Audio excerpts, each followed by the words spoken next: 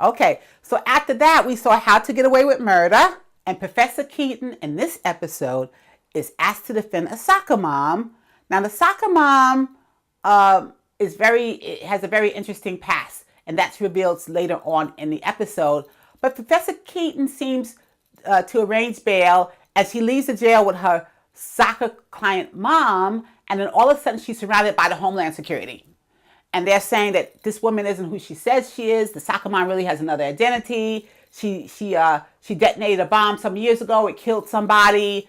So there's this whole complicated thing that happens with the soccer mom. We thought it was just going to be something very easy, but it's not.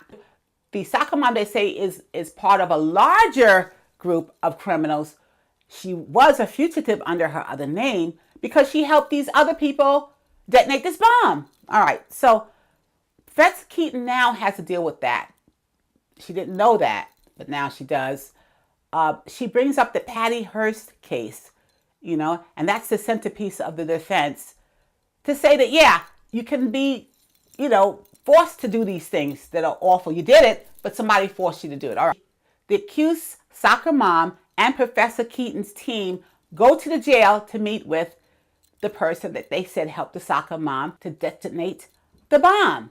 The accused soccer mom's ex-boyfriend, who went to jail for detonating the bomb, is now saying, you know what? The soccer mom had nothing to do with it. It was all on me. It was my idea and I did it, and I'll clear her. Professor Keating just put me on the stand and I'll tell everybody that she had nothing to do with it. That's the whole way that's going. However, when he gets on the stand, he betrays them. He betrays them, and he says just the opposite. Yeah, she did it. She did it all by herself. She did it.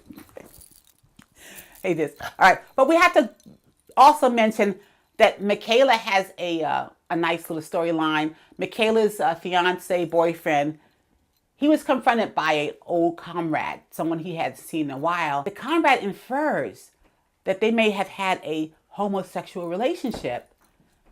And Michaela is livid. She's telling her fiance, why didn't you tell me? It takes her a while to catch on, but then she realizes that, yeah, they may have had a little tryst, So the boyfriend or the fiance tells her, well, it's just this one thing that happened. We were very young, which a lot of people say, before they come out or before they admit that they're gay.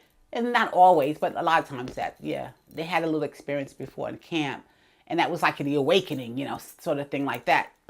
But yeah, basically, Michaela, you're a little naive, but it's all right. When you're young, you're naive like that. We totally get it. Later at a legal Eagle meeting, this is a meeting with all of the young people from Professor Keating's team that always try to get these people off. Wes, he gets a phone call on Lila's phone. Wes gets a phone call, and he realizes that Rebecca, who's sitting in jail for Lila's murder, might know more than what she's saying. So he puts on, he makes a fake badge as if he's a public defender, and he goes to see her, and he says, Rebecca, you got to tell me what happened. Rebecca knows who he is. He's not a public defender. So she rats him out. She calls the guard, and she tells the guard, he's an imposter, whatever, he's fake. Get him out of here. So, of course, he lands up in jail and arrested. Professor Keating has to come and get him, too. She's got her hands full, right? Rebecca knows more about Lila's murder than she's admitting. But, of course, she's not saying anything. It's difficult to get anything out of her. She stares almost stoically, almost right through you. She's got an issue. We're gonna figure out more of what that is. But we always kind of knew she had an issue from some of the other clips. The way she kind of she was always somewhat cold, her character. But we'll figure it out. Don't worry. We'll keep watching. So once the soccer mom's boyfriend betrays her and says that she did it, she did it, or by herself she did it. There's a 3-hour recess, so they give them a recess. So Professor Keating and her team are now busy in the war room trying to strategize a new defense for this lady, for the soccer mom.